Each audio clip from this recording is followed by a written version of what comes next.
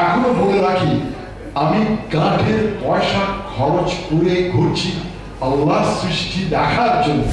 আপনার পেট পুরে খাবেন, পেটের চামড়া টান হওয়া পর্যন্ত। একটা কথা আছে না, হয় লেখ না হলে দেখ।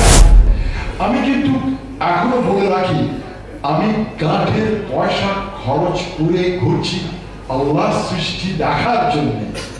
এবং এটাকে বলে আত্মাকে একটা গাছকে বাঁচানোর জন্য জল সিঞ্চন করে না। আমি কিন্তু পানি বলি না, কিন্তু জল বলি। কিন্তু এটা কিন্তু অনেকে বলে এটা কি মুসলমান না হিন্দু, আমি জলই বলি। তা আমি যে গাছের গোড়ায় জল দেওয়া হয়, জলকে ফিডিং করা হয়। আমি আমার আত্মার খোরাককে আমি দিচ্ছি এই বিশ্বকে দেখে, আল্লাহর সৃষ্টিকে দেখে। আমার কাছে মনে হয় কেউ যখন কিছু বলে, আমি বলি যে সারা পৃথিবীতে একটাই। এখন বিশ্বাস করুন, আজকে হরফ করে বলি, আমার কাছে পৃথিবীটা খুবই ছোট মনে হয়, খুবই ছোট মনে হয়।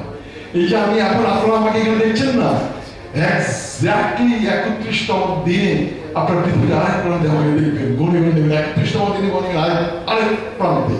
কিন্তু সেদিন দেখলাম রিক্সায় চড়ে ঢাকা করছেন দিকে অন্যখানে। That's how my life is. আপনারা রমনা থেকে মফিজুল যেতেই 2 ঘন্টা চলে যায়, এই ফাঁকে আমি চলে গেলাম বাংলাদেশে। আমি শুধুমাত্র স্টাক হয়ে যায়, STUCK স্টাক হয়ে যায় যখন বাংলাদেশে আসি। আমি আর কথা রাখতে পারি না। কাউকে কেউ যখন দাওয়াত দেয়, আমি বলি দাওয়াত দিয়ে না, বরং আপনারা আসেন। আজ আপনাদেরকে আমি দাওয়াত দিয়ে আপনার পেট পুরে খাবেন, পেটের চামড়া টান হওয়া পর্যন্ত খাবেন, যাতে আপনি খেতে শুধু হেরাতে না পারেন যে পেটের চামড়া টান ধরে গেছে। ঠিক আছে, আপনারা খাবেন, কবজি ডুবিয়ে খাবেন, আঙ্গুল চেটে খাবেন। আপনাদের দেখিয়ে নিচ্ছি, আপনারা আমার সাথে থাকবেন। একটা জিনিস মনে রাখবেন, যে বিশ্ব ভ্রমণ যে করেছে, ওই যে একটা কথা আছে না, হয় লেখ না হলে দেখ। লেখ মানে কি? লেখাপড়া করা, না হলে দেখ। আমি এমন অনেক লোককে দেখেছি 5 ক্লাস 10 ক্লাস পড়েছে, এদিকে আমার উপরে আমার তো মানে কথা বলে, ভেরি স্মার্ট। আমি পুরো দেশ, পুরো জাতিকে বলতে চাই যে আপনি যেই টাকাটা বিপথে খরচ করবেন, সেই টাকাটাকে আপনি এক কাজ করুন না, আপনি ইন্ডিয়াতে যান। আমি অনেককে বলি, কিছু না পারলে আপনি এক কাজ করুন না, আখাউড়া থেকে আপনি যেতে চলে যান না, আগরতলা চলে যান না। আমাকে এক জ্যোতিষ একবার বলে, হাত দেখে একজন হাত দেখে বলছে আপনার বিদেশ, আপনি আগামী 2 মাসের মধ্যে বিদেশ যাবেন। পরে দেখা গেল বর্ডার ক্রস করে আগরতলা গেছে, এইটাও বিদেশ। বুঝছেন? তো জ্যোতিষ বলে বললাম তো আপনি বিদেশ যাবেন, আগরতলা গেছে বিদেশ। আপনারা এইভাবে কিন্তু বিদেশ ঘুরবেন। এবং আপনি এখন বলতে পারেন যে আসলে আমি কখনো আমি গাড়ির পয়সা খরচ করে আমি কিন্তু কারোর কাছ থেকে কখনো কিন্তু পয়সা, আজ বলছি আপনারা রেকর্ড করে রাখেন, সারা বিশ্বে একটা লোক এসে বলবে না আমি কারোর কাছ থেকে 1 কাপ চা খেয়ে বিদেশ ঘুরেছি। No Chandu no, this is বনি। আমি আল্লাহ আমাকে অনেক দিয়েছে। এবং আমি একটা এক্সাম্পল দিচ্ছি, আপনারা রেকর্ড করে রাখেন। আর্জেন্টিনাতে, বুয়েনোস আয়ার্সে বাংলাদেশিরা, দক্ষিণ আমেরিকার এরা আসছে দেখা করতে, 6-7 জন এসছে দেখা করতে। স্যার আপনার উদ্দেশ্যে আমরা কিছু একটা রেস্টুরেন্টে খাওয়া দাওয়ার ব্যবস্থা করবো। আমার ওয়াইফ কিন্তু ভেরোনিকা, আমি চিন্তা আলুদা বরিশালের মেয়েরা এরকম উদ্ধার হয় আমি জানি না, বাট সে খুব উদার। সে বললো যে এটা কেমন কথা, ওরা কেন আমাদের খাওয়াবে, বিলটা তুমি দিয়ে দাও। ওরা কেন খাওয়াবে, ওরা এখানে কষ্ট করে উপার্জন করছে। আমি বললাম আমি তো কষ্ট করি অস্ট্রেলিয়াতে। বললো না, এরা অনেকে কষ্ট করে। তো জাস্ট খাওয়া দাওয়া হলো, আমি বিলটা দিলাম। ওরা সবাই বললো স্যার এরকম তো হয় না। ইভেন বাংলাদেশ থেকে টিপু মুন্সি গেছে, টিপু মুন্সি তো আমাদের মাথার মধ্যে টুপি পরিয়ে খাইয়ে আসছে। টিপু মুন্সি শিল্পমন্ত্রী না কি যেন ছিল, বাণিজ্য মন্ত্রী, বলে আমাদের সবাইকে টুপি পরিয়ে গেছে, অনেকে আপনার পেঙ্গুইনের কোটও পরিয়ে গেছে।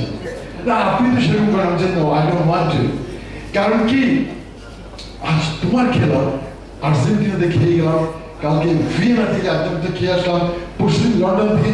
ওরা ইউটিউবে বলে দেবে উনি তো আমার বাড়িতে ছিল, উনি তো আমার কাছে খেয়ে গেছে, বাট এই সুযোগটা আমি রাখবে না। এই সুযোগটা মনে রাখবে না। আমি সবসময় বলি, anyone in the world come forward। তোমার বাড়িতে আমি একবেলা কোন সুবিধার জন্য খেয়েছি, ইয়েস আমি গিয়েছি।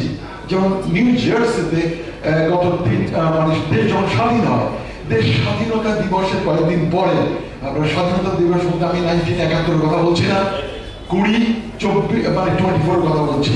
আমি নিউ জার্সিতে একজন লোকের বাড়িতে আমি 3 দিন ছিলাম, খেয়েছি, আমাকে আদর যত্ন করে, এবং সেই বিছানাতে আমি শুয়েছি, সেই কক্ষে শুয়েছি যেখানে তারেক রহমানও ছিল, যেখানে খালেদা জিয়াও সেই রুমে ছিল। আমাকে বলে যে আপনার এই কক্ষটা উঠে আসে। তো লোকটা ভালো, আমাকে ভালোবেসে নিয়ে গেছে নিউ ইয়র্ক থেকে জোর করে, ভালোবেসে। এই যে জিআইপি যিনি কর্ণধার, তিনি কেন জানি আমাকে ভালোবেসে ফেলেছেন, এই ভালোবাসতে বাসতে কাছে চলে আসছেন তিনি আমাকে।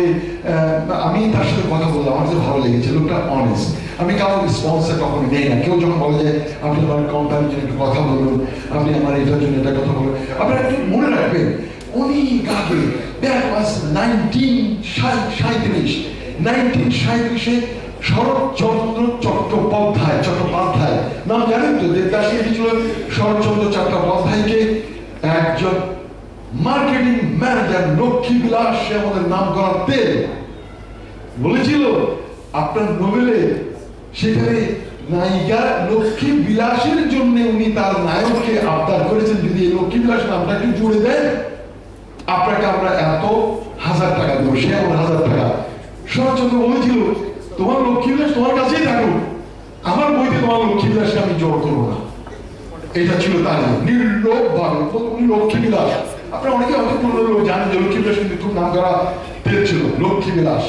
অনেকে আছে না সারা জীবন কেঁদে গেছে, মা মারা যাচ্ছে, মায়ের শীতান করে নিয়ে এসে মা লক্ষ্মী বিলাস এনেছে। মা কি বলেছে, এনেছি শেষ পর্যন্ত মরার কারণে লক্ষ্মী বিলাস এনেছি।